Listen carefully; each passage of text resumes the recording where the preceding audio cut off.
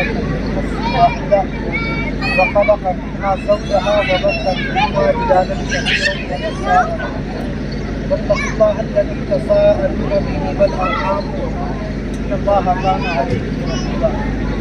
وقال النبي صلى الله تعالى عليه وسلم النكاح سنة.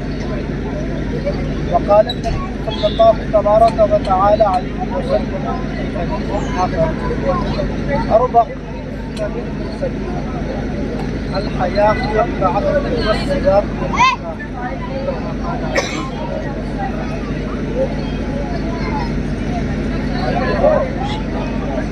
بہت برکت والی مجلس ہے برکت والی مجلس تو اس لیے ہے اس کے اندر اللہ کے نبی علیہ السلام ایک سنت میں آئی اس پر ہم بہت زیادہ مبارکبادی کا حصہ ہے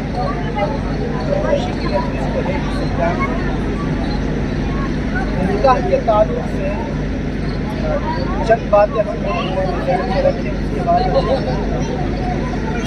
پہلی بات تو ہم یہ سمجھیں کہ نکاح کہنے کا نکاح کا مطلب کیا ہے.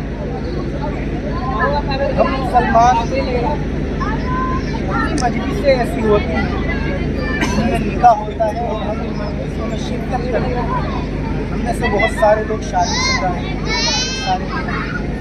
لیکن ہم اپنے اپنے زبان میں غور کریں کہ نکاح کے بارے میں اسلام نے ہم مسلمانوں کو کن چیزوں کا حکم دیا ہے. ہم ان میں سے کتنی چیزوں کو جانتے ہیں کتنی کو نہیں جانتے ہیں.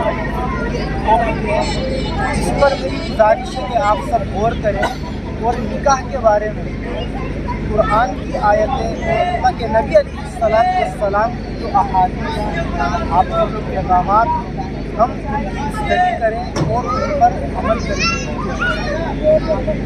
موٹی موٹی بات یہ ہے کہ نکاح کے دوسری معنی آتے ہیں ملنا ملانا. جمع نے لکھا ہے النکاح یعنی نکاح کہتے ہیں ملنے ملانے.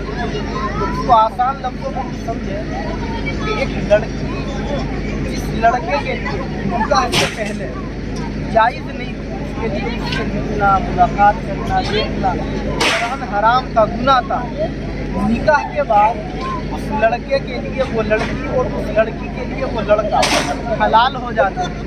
اسی ملنے ملانے کو شریعت کی نظروں میں وقت کے اعتبار سے نکاح کیا اور شریعت کی نظروں میں نکاح کی تعریف ہمارے فقہا نے صاحب ہدایہ رحمۃ اللہ علیہ انہوں نے لکھی ہے کہ دو شرعی گواہوں کی موجودگی میں ایک لڑکا ایک لڑکی سے یا ایک لڑکی ایک لڑکے سے یہ کہے کہ میں تم سے اتنے روپے مہر کے بدلے میں نکاح کرتا ہوں. لڑکی اس نکاح کو قبول کر دے یعنی یہ کہے کہ میں نے اس نکاح کو قبول کر دیا. وہ گواہ دونوں کی باتوں کو سن لے جن کو عربی میں ایجاب و قبول کہا جاتا ہے. پورے کام کو شریعت کی نظروں میں نکاح کہا جاتا ہے. یہ تو نکاح کے وقت کا خطبہ ہوتا ہے. ہمارے یہاں قاضی بھی آتے ہیں صاحب مولانا حافظ صاحب وہ قرآن کی آیتیں پڑھتے ہیں اللہ کے نبی کی احادیث پڑھتے ہیں. یہ نکاح کا خطبہ شرعی اعتبار سے سنت ہے.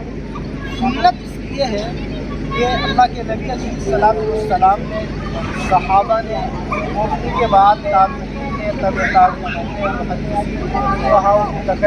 نے اس کار خیر پر عمل کیا اور ہم سب کو اس کا حکم دیا. نکاح کا جو خطبہ ہوتا ہے اس خطبے کے اندر جو قرآن کی آیتیں اور اللہ کے نبی کی احادیث پڑھی جاتی ہیں. میں اگر آپ سے سوال کروں آج سے پہلے آپ اپنے نکاح میں بھی شریک ہوئے ہیں اور پتہ نہیں کتنے لوگوں کے نکاح میں شریک ہوئے ہیں کہ ان آیتوں کا مطلب کیا ہے ان حدیثوں کا اردو ترجمہ کیا ہے شاید ہم سب اپنے گریبانوں میں جا کے ہم نہیں بتا سکتے. چھوٹی سی بات ہمارے ٹچ میں کوئی غیر مسلم ہے ہمارا دوست ہے ہم سے وہ پوچھتے کہ بھائی آپ کے دھرم میں جو قاضی جی آتے ہیں مولانا صاحب وہ آ کر کے کچھ عربی میں پڑھتے ہیں نکاح کے وقت تو وہ کیا کہتے ہیں، اس کا مطلب کیا ہے، کیا ہم ایمانداری سے بتائیے اس کو سیٹسفائی کر پائیں گے؟ اس لیے چند منٹوں میں ہم یہ باتیں سمجھیں اور غور سے سنیں۔ قرآن کریم سب سے پہلی جو آیت نکاح کے خطبے میں پڑھی جاتی ہے وہ عام طور پر سورہ نساء کی پہلی آیت ہے۔ سورہ نساء قرآن کریم کے 4 پارے میں ایک سورت ہے۔ نساء کا مطلب عورتوں کے نام کی ایک سورت ہے۔ قرآن کریم کی سورت کی پہلی آیت میں اللہ تعالیٰ یہ فرماتے ہیں، یا ایھا الناس، یہ لوگوں تم اپنے اس پروردگار سے ڈرو جس نے تم سب کو ایک جان سے پیدا کیا۔ ایک جان کا مطلب ہم سب سمجھتے ہیں، حضرت آدم کے ذریعے اللہ تعالیٰ نے پوری دنیا کی انسانیت کو وجود بخشا۔ اللہ فرماتے ہیں وَبَثَّ مِنْهُمَا رِجَالًا كَثِيرًا وَنِسَاءً، کہ ان دونوں کے ذریعے یعنی حضرت آدم اور حوا کے ذریعے اللہ نے پوری دنیا کے مردوں اور عورتوں کو پیدا کیا۔ آگے اللہ فرماتے ہیں وَاتَّقُوا اللَّهَ الَّذِي تَسَاءَلُونَ بِهِ وَالْأَرْحَامَ، کہ لوگوں تم اس اللہ سے ڈرو جس اللہ سے تم واسطہ دے کر آپس میں سوال کرتے ہو۔ عام طور سے ہم سوال کرتے ہیں کہ بھائی یہ اللہ کا واسطہ یہ کام کرتے ہیں، یہ اللہ کا واسطہ یہ کام کرتے ہیں۔ تو اللہ یہ فرماتے ہیں تم آپس میں جس اللہ کا واسطہ دے کر کے سوال کرتے ہو اس اللہ سے تمہیں رشتہ داریوں کے بارے میں، دیگر معاملات کے بارے میں ڈرنا چاہیے۔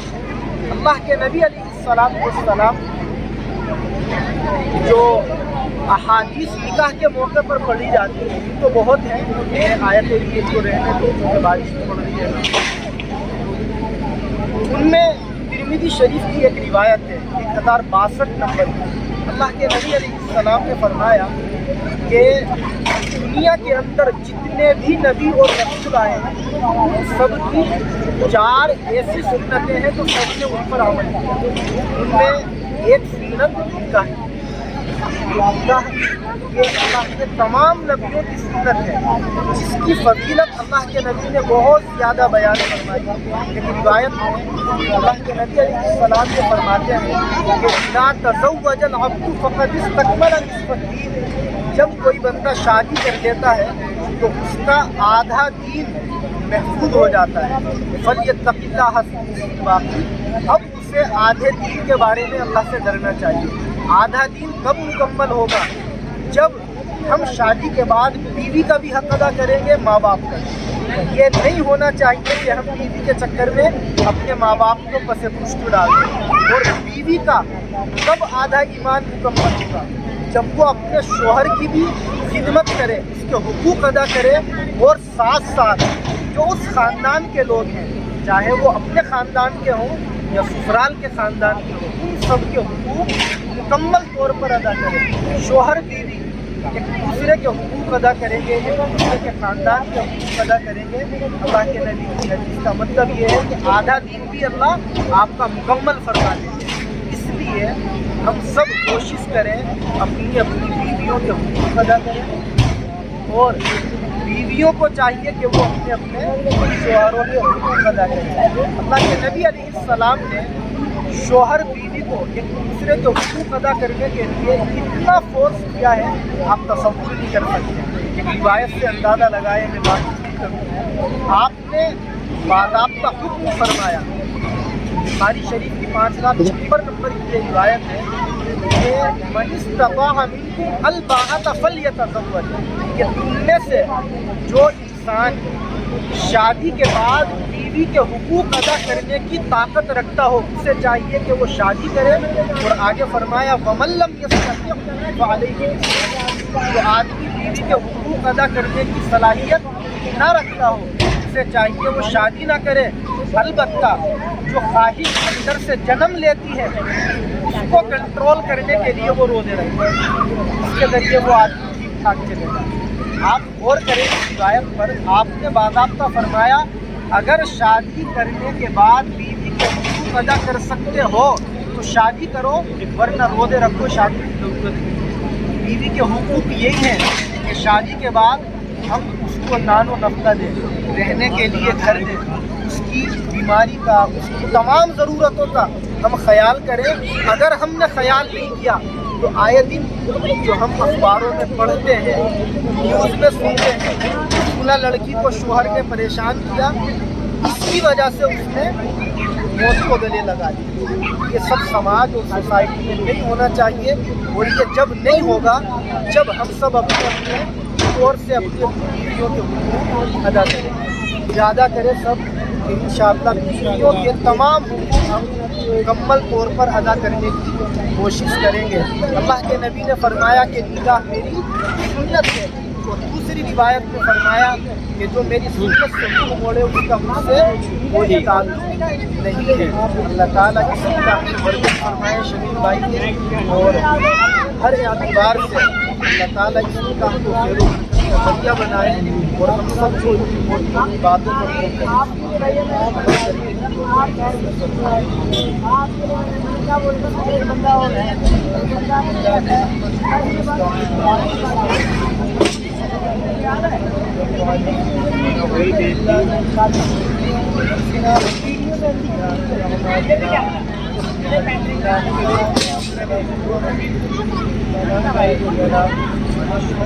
سيدنا وسندنا ما بعد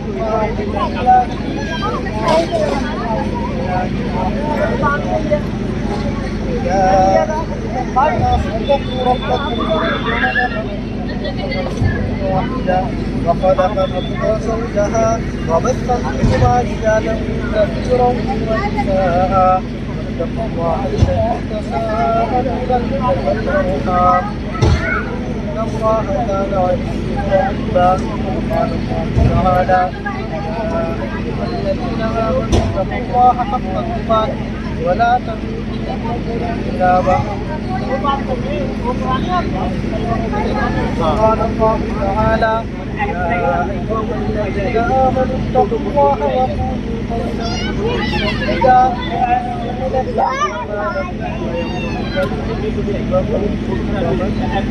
الله ورسوله الله تبارك وتعالى قال عليه الصلاة والسلام وأمر بالمعروف وما كان عليه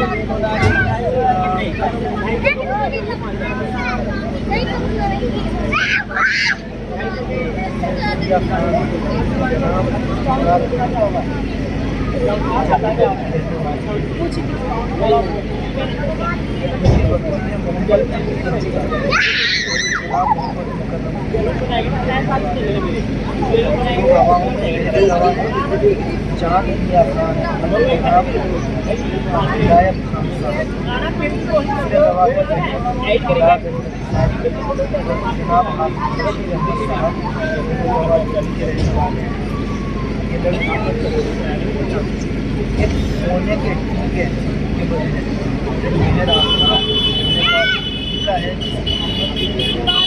27,000 روپئے ہے. اس پورے مجمع کے سامنے آپ کے نکاح میں سجدہ بنا کر دی جاتی ہے کہ آپ نے مجھے اپنا ساتھ اپنے نکاح میں قبول کیا. بارک اللہ لکما وعلیکما